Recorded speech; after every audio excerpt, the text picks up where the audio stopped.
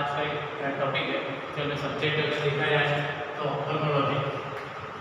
Ophthalmology जिसमें जो है आई की पूरी डिसीज की मालूमात है। इस डिसीजेस में अगर गौर करें हम लोग तो आई बॉल के साथ साथ आँख के अतराफ में जितने पार्ट्स हैं उन तमाम पार्ट्स की भी जो है डिसीजेस का जो है शुमार होता है। सबसे पहले अगर इन ऑप्थेल्मोलॉजी के सिलेबस में अगर देखा जाए तो सबसे मेन और पहली जो डिसीज आती है वो डिसीजेज ऑफ लीड्स की डिसीज़ पर अगर गौर करें तो उसमें जो सबसे पहली जो डिसीज़ हमारे सिलेबस के हिसाब से आती है वो है ब्लेफराइटिस, जिसको उर्दू में कहा गया इल्तिहाब जुज़, यानी इसमें जो लीड्स मार्जिन रहते हैं उसका इन्फ्लेमेशन। एक्चुअल में ब्लेफराइटिस बाकायदा जो है लीड्स का सब एक्यूट या क्रॉनिक इन्फ्लेमेशन। जब लीड्स मार्जिन में सब एक्यूट या क्रॉनिक इन्फ्लेमेशन होता है तो ये जो कंडीशन है उसको कहा जाता है ब्लेफराइटिस। क्योंकि लीड्स मार्जिन का इन्फ्लेमेशन है इसलिए खासतौर पे लीड्स मार्जिन के पास पाए जाते हैं आईलैशेस की हेयर फॉलिकल्स भी खासतौर पे इस डिसीज में जो है मुतासिर होती है, जिसकी वजह से आईलैशेस जो है उसमें रिट्रैक्शन और साथ में जो है आईलैशेस जो है अपनी जगह से उखड़ना या आईलैशेस जो है अपनी जगह से गिरना जो है शुरू होती है। इसके साथ जब लीड्स मार्जिन में इन्फ्लेमेशन होता है तो बाकायदा लीड जो रहती है वहाँ पर जो है क्रस्ट और स्कल की जो है फॉर्मेशन होती है। क्रस्ट और स्कल यानी ऐसी फ्रंट जो है बाकायदा लीड्स मार्जिन पर जो है फॉर्म होती है। इस ब्लेफराइटिस के कॉजेज पर अगर गौर किया जाए तो इसके कॉजेज को जो है मुख्तलिफ हेडिंग के तौर पर जो है बैन किया। जैसे अगर देखा जाए एटियोलॉजी के तौर पर तो फर्स्ट एज, दूसरा जो इसका जो कॉज बैन किया हुआ है जो इम्पोर्टेंट है एक्सटर्नल इरेटेड, थर्ड बाकायदा जो है unhygienic condition, fourth eye strain, fifth constitutional factors और सिक्स जो है सराउंडिंग स्ट्रक्चर इन्फेक्शन। अगर इन एटियोलॉजी पर हम लोग अगर स्टेप बाय स्टेप बात करें जैसे एज, ब्लेफराइटिस का जो पहला एटियोलॉजी या जो पहली कॉज है, पहला जो कॉज है वो है खास तौर पे ब्लेफराइटिस जो है वो स्पेशली बच्चों में जो है ज़्यादा होता है, चाइल्ड में। हालांकि हर एज में ज़्यादा होता है लेकिन ज़्यादातर जो देखा गया ब्लेफराइटिस को वो चाइल्ड में। उसके अलावा ये जो बीमारी होती है ये बाइलेटरल मतलब दोनों आंखों में जो है पाई जाती है। सेकेंड, ब्लेफराइटिस का जो दूसरा कॉज है जो इम्पोर्टेंट फैक्टर है वो है एक्सटर्नल इरेटेड। एक्सटर्नल इरेटेड बोले तो बैरूनी ऐसी अशिया जो लीड्स मार्जिन में जो है खराश पैदा करे, जैसे खासतौर पर अगर देखा जाए फ्यूम्स, धुआं, डस्ट बाकायदा जो है। उसके अलावा जो है कॉस्मेटिक पर्पस के लिए इस्तेमाल होने वाली चीज़ें, कॉस्मेटिक पर्पस यानी खूबसूरती के लिए, जैसे खासतौर पे आँख में जो है बाकायदा काजल इस्तेमाल किया जाता और आजकल अलग अलग तरह के जो है आई शेड जो है आईब्रो को जो है या आईलैशेस को जो है जो शेडिंग की जाती है उसकी वजह से भी बाकायदा जो है लीड्स मार्जिन में इरिटेशन होकर वो इरिटेशन के नतीजे में बाकायदा लीड्स मार्जिन में इन्फ्लेमेशन हो सकता है। इसीलिए इसको जो है मेन फैक्टर के तौर पर बैन किया एक्सटर्नल इरेटेड बैरूनी जो है मुखरशा जिसके नतीजे में लीड्स मार्जिन में इन्फ्लेमेशन हो सकता है। थर्ड खास तौर पे ब्लेफराइटिस का थर्ड जो कॉज है वो है अनहाइजीनिक कंडीशन। अनहाइजीनिक कंडीशन अगर कोई ऐसा मरीज जो अपनी आंखों की सफाई का ध्यान नहीं दे रहा, खास तौर पे प्रॉपर हाइजीनिक कंडीशन अगर ना हो तो उसकी वजह से भी लीड्स मार्जिन में बाकायदा इन्फ्लेमेशन होकर वो जो है ब्लेफराइटिस को कॉज करेगा। फोर्थ जो कॉज बैन किया हुआ है आई स्ट्रेन। आई स्ट्रेन बोले तो आँख पर जो है दबाव पड़ना, खास तौर पे ऐसा मरीज जिसको दूर की चीज़ या नज़दीक की चीज़ अगर नज़र नहीं आ रही है तो उसकी वजह से अक्सर ऐसा मरीज अपनी आंखों को स्पेशली बच्चों में ऐसे बच्चे खास तौर पे अपनी आंखों को जो है रब करते जिसकी वजह से आँख के लीड्स मार्जिन में या लीड्स के मार्जिन में इरिटेशन होकर वहाँ पर इन्फ्लेमेशन हो सकता है। नतीजे के तौर पर भी जो है लीड्स मार्जिन में इन्फ्लेमेशन होगा। नेक्स्ट जो कॉज बैन किया हुआ है कॉन्स्टिट्यूशनल फैक्टर, ऐसे फैक्टर जो बाकायदा इस बीमारी को बढ़ाने में जो है मदद करते हैं। जैसे मिसाल के तौर पर नेचर ऑफ स्किन का नेचर, अगर स्किन का नेचर डेंड्रफ जैसी कंडीशन जिसको सेबरिक वर्ड इस्तेमाल किया है सीबोरिक, अक्सर स्किन पर आपने देखे होंगे कि स्केल वगैरह की फॉर्मेशन होती है, सेम यही कंडीशन या बालों में जैसे जो है डेंड्रफ हो रहा है वैसे ही अगर जो चूंकि आईलिड्स पर अगर गौर करें तो वहाँ पर बाल पाए जाते हैं लीड्स मार्जिन में, उसमें भी जो है अगर स्केल या सीबेरिक जैसी कंडीशन अगर डेवलप हो रही है या उन पेशेंट्स में जिनकी स्किन में जो है सीबेरिक के चांसेस ज़्यादा रहते हैं डेंड्रफ ज़्यादा होता है, खास तौर पे उन पेशेंट्स में भी जो है लीड्स मार्जिन में इन्फ्लेमेशन हो सकता, लेकिन उस टाइप का जो इन्फ्लेमेशन है उसको बाकायदा सीवेरिक ब्लेफराइटिस कहा है। एक और कॉज कॉन्स्टिट्यूशनल फैक्टर के तौर पर बयान किया हुआ मेटाबॉलिक डिसऑर्डर, ऐसी बीमारियां जिसमें मेटाबॉलिक सिस्टम जो है वो डिस्टर्ब होता है, जैसे कार्बोहाइड्रेट मेटाबॉलिज्म अगर डिस्टर्ब अगर हो रहा है तो उसकी वजह से भी बाकायदा जो है स्किन जो है वो ऑयली होती है, और ऑयली होने के साथ साथ उसके नतीजे में लीड्स में जो है बाकायदा इन्फ्लेमेशन होगा, जिसके नतीजे में लीड्स मार्जिन में इन्फ्लेमेशन हो सकता है। लास्ट में जो है इसी कॉन्स्टिट्यूशनल फैक्टर्स के तौर पर एक और चीज बयान की हुई है जो इंपॉर्टेंट है, एलर्जिक फैक्टर। एलर्जिक फैक्टर्स में एक्जिमेटस कंडीशन, अगर स्किन में कोई एक्जिमा खुजली अगर है, सेम वही कंडीशन बाकायदा लीड्स मार्जिन में जाकर लीड्स मार्जिन में इन्फ्लेमेशन को कॉज कर सकती है। ये जो लीड्स मार्जिन का इन्फ्लेमेशन है क्योंकि एलर्जिक फैक्टर के तौर पर हो रहा है या एक्जिमा के तौर पर हो रहा है, इसलिए इसको बोला गया एलर्जिक ब्लेफराइटिस। एलर्जिक ब्लेफराइटिस के अगर टाइप पर अगर गौर करें, ये ब्लेफराइटिस बाकायदा जो है दो खास टाइप्स है, लेकिन इसके अलावा भी और टाइप बयान की है। दो खास टाइप जिसमें जो है एक होता है स्केमस या नॉन अल्सरेटिव ब्लेफराइटिस, दूसरी जो टाइप इसमें बयान की हुई है वो है अल्सरेटिव ब्लेफराइटिस। इसके साथ एक और थर्ड टाइप बयान की हुई है जो मैंने अभी एक्सप्लेन किया, सीवेरिक ब्लेफराइटिस। फोर्थ एक और टाइप बयान की हुई है जिसको बोला गया एलर्जिक ब्लेफराइटिस, और लास्ट में जो है एक और जो है बाकायदा ब्लेफराइटिस की टाइप आती है जिसको स्पेशली बाकायदा जो है जो लीच की वजह से होती है, जिसको जो है ब्लेफराइटिस कहा है। खास तौर पे इसमें दो जो मेन ब्लेफराइटिस है जिसमें जो है दो टाइप्स आती है, एक स्केमस और एक नॉन अल्सरेटिव, या फिर जो है दूसरी अल्सरेटिव। स्केमस ब्लेफराइटिस जो होता है वो बाकायदा जो है जिसमें लीड्स मार्जिन में बाकायदा इन्फ्लेमेशन होने के बाद उसमें क्रस्ट और स्केल की फॉर्मेशन होती है, और ये जो इन्फ्लेमेशन जब क्रस्ट और स्केल को वहाँ पे रिमूव अगर किया जाए या वहाँ से इसको डिटेच किया जाए तो वहाँ पर अल्सर की जो है फॉर्म आपको नजर नहीं आएगी, सिर्फ हल्का सा एक जो रेड निशान बाकायदा उस क्रस्ट या अल्सर के नीचे जो है नजर आता है। क्योंकि इसमें अल्सर की फॉर्मेशन नहीं होती है, इसीलिए स्पेशल इस टाइप को बोला गया नॉन अल्सरेटिव जो है ब्लेफराइटिस। सेकंड ब्लेफराइटिस की जो इंपॉर्टेंट टाइप्स है जिसको बोला गया अल्सरेटिव ब्लेफराइटिस। खास तौर पे ये जो ब्लेफराइटिस है, इस ब्लेफराइटिस में इन्फ्लेमेशन होने के नतीजे में लीड्स मार्जिन पर क्रस्ट और स्केल की फॉर्मेशन होती। जब इन क्रस्ट को अगर वहाँ से निकाला जाए या स्केल को वहाँ से निकाला जाए तो उसके नीचे क्लियर जो है एक अल्सर जो है ऐसा बना हुआ जो है अल्सर खास तौर पे जो है लीड्स मार्जिन पर जो है नजर आता है। चूंकि अल्सर नजर आता है या अल्सर इसमें फॉर्म होता है, इसलिए इसको बोला गया अल्सरेटिव ब्लेफराइटिस। और ये जो टाइप्स है इसमें बाकायदा लीड्स मार्जिन में एक्यूट या क्रॉनिक सपरेटिव इन्फ्लेमेशन जो स्पेशली एक पॉजिटिव आउटकम आता जिसको बोला जाता है स्टेफिलोकोकस एविस, जिसकी वजह से अल्सरेटिव ब्लेफराइटिस के चांसेस ज़्यादा होते हैं। थर्ड, इस ब्लेफराइटिस की जो टाइप है सीवेरिक ब्लेफराइटिस, खास तौर पे स्किन के नेचर के हिसाब से, या जैसे सर में जो है डेंड्रफ जैसी कंडीशन होती, सेम वही कंडीशन लीड्स मार्जिन में भी होती, जिसकी वजह से लीड्स में इन्फ्लेमेशन होता। चूंकि डेंड्रफ उसका कॉज है इसीलिए उसको बोला गया बाकायदा सीवेरिक ब्लेफराइटिस। फोर्थ जो इसकी टाइप्स है, एक जो एलर्जिक एक्जिमा के नतीजे में जब लीड्स मार्जिन में इन्फ्लेमेशन होगा, क्योंकि एलर्जिक कंडीशन है एक्जिमा, उसके नतीजे में जो लीड्स मार्जिन में इन्फ्लेमेशन होगा उसको बोला जाता है एलर्जिक ब्लेफराइटिस। और लास्ट एक और टाइप होती है जो अक्सर जो बोलते हैं, जिसको लीच LIC जो बालों में होती है, बाकायदा उसके नतीजे में भी जो है लीड्स में इन्फ्लेमेशन, लीड्स मार्जिन में इन्फ्लेमेशन हो सकता, वो लीच की वजह से बाकायदा जो है इन्फ्लेमेशन हो रहा है। इसलिए इस स्पेशल ब्लेफराइटिस का बाकायदा चौथा जो नाम, पांचवें जो टाइप है उसको बोला गया पैरासाइटिक ब्लेफराइटिस। इस तरह जो है ब्लेफराइटिस को टाइप्स में जो है डिवाइड किया। इसमें जो दो मेन टाइप्स है जिसको क्लिनिकल फीचर्स के तौर पर बयान किया, जैसे फर्स्ट अगर स्केमस या नॉन अल्सरेटिव ब्लेफराइटिस की क्लिनिकल टाइप या क्लिनिकल सिम्टम्स उसको अगर देखा जाए तो नॉन अल्सरेटिव या स्केमस ब्लेफराइटिस में खास तौर पे चूंकि इन्फ्लेमेशन हो रहा है इसलिए मरीज इन्फ्लेमेशन की अलामत के साथ specially irritation, foreign body sensation, lacrimation, soreness of lids में जो है खराश जैसी जो है खास तौर पे मरीज को जो है महसूस होती है। उसके साथ ऑन एग्जामिनेशन फाइंडिंग में लीड्स में इन्फ्लेमेशन होने की वजह से बाकायदा लीड्स पर क्रस्ट और स्केल की जो है फॉर्मेशन नजर आएगी। लीड्स और क्रस्ट और स्केल की फॉर्मेशन नजर आने के बाद जब इन क्रस्ट को या स्केल को वहाँ से डिटेच किया जाएगा, वहाँ से हटाया जाएगा, तो वहाँ पर सिंपल एक हाइपरमिया जैसी कंडीशन इन्फ्लेमेशन या वहाँ पर जो है रेडनेस जो है महसूस दिखाई देती है।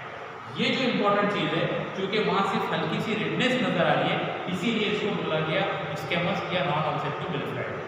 सेकेंड जो दूसरी जो इम्पोर्टेंट टाइप है जिसको बोला गया अल्सरेटिव ब्लेफराइटिस। इस स्पेशल ब्लेफराइटिस में मरीज सेम वैसे ही फीचर देता है, लैक्रिमेशंस की कंप्लेंट करेगा, फॉल बॉडी सेंसेशन रहेगा, इरिटेशन रहेगा, उसके अलावा जो है बर्निंग सेंसेशन रहेगा, मरीज की जो लीड्स उसमें एडिमा नजर आएगा, उसमें स्वेलिंग रहेगी, उसके साथ साथ रेडनेस रहेगी। इसके साथ में खास तौर पे जो लीड्स है, जो लीड्स मार्जिन है, वहाँ पर जो आईलैशेस रहते हैं, उन आईलैशेस में बाकायदा ऐसे क्रस्ट उनके रूट के पास ऐसे क्लियर क्रस्ट या स्केल की जो है फॉर्मेशन होती है। जब इन स्केल और क्रस्ट को वहाँ से निकाला जाएगा, बाकायदा डिबेज अगर किया जाए, तो वहाँ पर क्लियर जो है अल्सर की फॉर्मेशन होती है। इसीलिए क्योंकि वहाँ पर अल्सर नजर आ रहा है, इसलिए इस स्पेशल टाइप का बाकायदा नाम दिया हुआ है, इसको बोला जाता है अल्सरेटिव ब्लेफराइटिस। अल्सरेटिव जो ब्लेफराइटिस होता है, जब वहाँ से हम लोग उस स्केल को या उस क्रस्ट को खरण बन जाती है बाकायदा लीड्स पर, उस खरण को जब वहाँ से निकालेंगे तो वहाँ पर जो अल्सर फॉर्म होता है, वहाँ से अक्सर जो है ब्लीडिंग भी जो है वहाँ पर जो है निकलती हुई नजर आती है। ये स्पेशल है जो खासतौर पे अल्सरेटिव ब्लेफराइटिस में जो है नजर आता है। सेकेंड, अगर इन ब्लेफराइटिस के कॉम्प्लिकेशंस पर अगर बात की जाए, तो ब्लेफराइटिस के जो कॉम्प्लिकेशंस है जिसमें खासतौर पे इम्पोर्टेंट है, खासतौर पे चूँकि यहाँ से करीब है कंजंक्टाइवा के करीब होने की वजह से सबसे ज़्यादा जो कॉम्प्लिकेशंस होते हैं वो कंजंक्टिवाइटिस, क्योंकि क्रॉनिक टाइप का इन्फ्लेमेशन है, इसलिए क्रॉनिक ब्लेफराइटिस के नतीजे में खासतौर पे क्रॉनिक कंजंक्टिवाइटिस, खासतौर पे जो आईलैशेस है वो वहाँ से अपनी जगह से निकलना शुरू होते हैं। इस स्पेशल कंडीशन जिसमें आईलैशेस झड़ना शुरू हो जाए उसको बोला जाता है मेडेरोसिस। जब आईलैशेस अपने नॉर्मल डायरेक्शन से अंदर की तरफ अगर मुड़ जाए, चूँकि इस बीमारी में आईलिड्स मार्जिन के साथ हेयर फॉलिकल्स भी इन्वॉल्व हो रहे हैं, जिसके नतीजे में लीड्स मार्जिन अंदर की तरफ मुड़ जाती है। ये जो कंडीशन है जिसमें लीड्स मार्जिन जिसमें आईलैशेस अपने नॉर्मल पोजीशन से अंदर मुड़ जाएंगे, इसको बोला जाता है ट्राइकेसिस। और ये जो ट्राइकेसिस है स्पेशली कॉम्प्लिकेशंस के तौर पर डेवलप होता है। इसके अलावा लीड्स मार्जिन में स्वेलिंग भी आ जाती है। ये जो स्वेलिंग रहती है, लीड्स मार्जिन की जो स्वेलिंग है, इसको बोला जाता है टाइमस। और साथ में जो है लीड्स मार्जिन जब स्वेलअप होता है तो अपने नॉर्मल पोजीशन से बाहर की तरफ भी इवर्ट होता है। ये जो कंडीशन है जिसको बोला जाता है एक्टोपिया। और कंटिन्यूअस लीड्स बाहर की तरफ इवर्ट होने की वजह से कंटिन्यूअस कॉर्निया एक्सपोज होता है, नतीजे के तौर पर मार्जिनल केराटाइटिस जैसे कॉम्प्लिकेशंस हो सकते हैं। ये ऐसे कॉम्प्लिकेशंस है जो खासतौर पे ब्लेफराइटिस के नतीजे में होते हैं। ब्लेफराइटिस अगर हो रहा है तो खासतौर पे चूँकि इसकी दो टाइप्स है, इसलिए टाइप्स के लिहाज से इसके ट्रीटमेंट को भी अलग अलग बैन किया। जैसे अगर स्केमस है, नॉन अल्सरेटिव ब्लेफराइटिस है, तो सिंपली इस स्पेशल ब्लेफराइटिस में खास तौर पे स्पेशल सिंपली तौर पर खास तौर पे अगर सीवेरिक ब्लेफराइटिस अगर है तो उसमें जो है सिंपल जो शैम्पू आता है अपना, जिससे हम लोग जो है हेयर शैम्पू यूज करते हैं, खास तौर पे डेंड्रफ एंटी डेंड्रफ शैम्पू, उसको जो है जैसे बालों पे यूज़ किया जाता है, सेम वैसे ही लीड्स मार्जिन में लगाकर आप हल्का सा जो उसको रब करके जो है उसको जो है उस ब्लेफराइटिस को कम कर सकते हैं, अगर इनके सीवेरिक अगर ब्लेफराइटिस अगर है।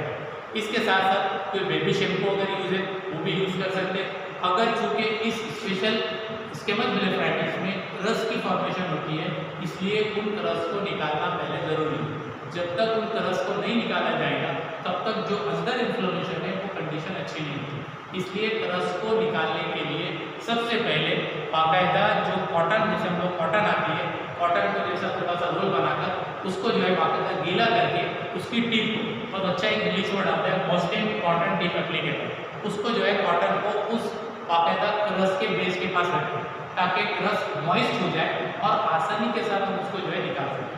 जैसे ही उस मॉइस्ट कॉटन टिप एप्लीकेटर से उस क्रस को निकाला जाता है, फिर बाकायदा जो है आँख में एंटीबायोटिक आई ड्रॉप जो है इस्तेमाल करते हैं। और उसके साथ में एंटीबायोटिक आई ड्रॉप के साथ उसके साथ एंटीबायोटिक स्टेरॉइड भी जो है इस्तेमाल करते हैं। अब एंटीबायोटिक आई ड्रॉप की अगर बात करें तो जैसे मिसाल के तौर पर ओफ्लॉक्सोसिन है, उसके साथ में आप स्टेरॉइड इस्तेमाल कर सकते हैं, डेक्सामेथासोन है।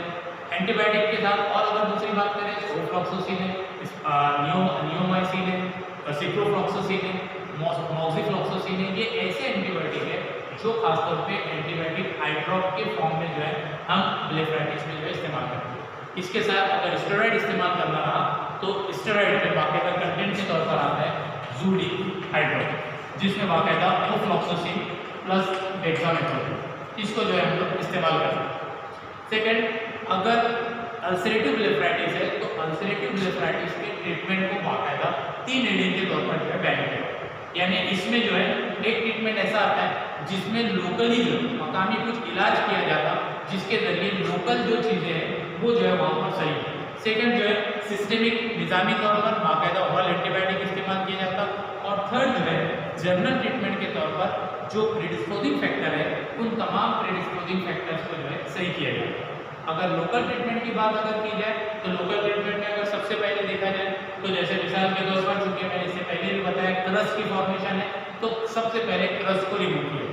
क्रस्ट को कैसे रिमूव कर सकते हैं? कॉटन सॉफ्ट भी ले सकते हैं, उसको मॉइस्ट करें, गीला करें और उसको जो है लिप्स मार्जिन पर रखें, ये एक तरीका है। सेकेंड, जब वो क्रस्ट वहाँ से निकल जाते हैं तो बाकायदा एक सोल्यूशन आता है सोडियम बाइकार्बोनेट NaCO3, बाकायदा सोडियम बाइकार्बोनेट को या फिर बेबी शैम्पू को या फिर सिलेनियम सल्फाइड, इसको बाकायदा सोल्यूशन के तौर पर लीड्स मार्जिन पर जो है लगाया जाता, जिसकी वजह से जो वहाँ पर इन्फ्लेमेशन है वो वहाँ पर खत्म होता है। इसके साथ बाकायदा चूँकि लीड्स मार्जिन में कॉम्प्लिकेशंस के तौर पर आइलेशेस अंदर की तरफ मुड़ जाते, ट्राइकेसिस की कंडीशन होती, जिसकी वजह से मरीज को और ज़्यादा सिम्टम्स होते हैं।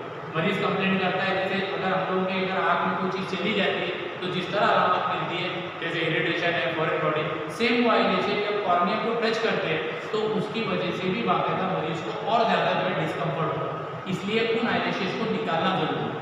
आइलेशेस को वहाँ से उखाड़ कर निकालना, या एक तरह से उसके लिए बहुत अच्छा टर्म है इपिलेशन, बाकायदा एक इपिलेशन फोर्सेप आती है, इपिलेशन फोर्सेप के जरिए वो आइलेशेस जो अंदर की तरफ मुड़ गए उनको बाकायदा खींच के जो है निकाल लिया जाए। ये जो मेथड है इसको बोला जाता है इपिलेशन।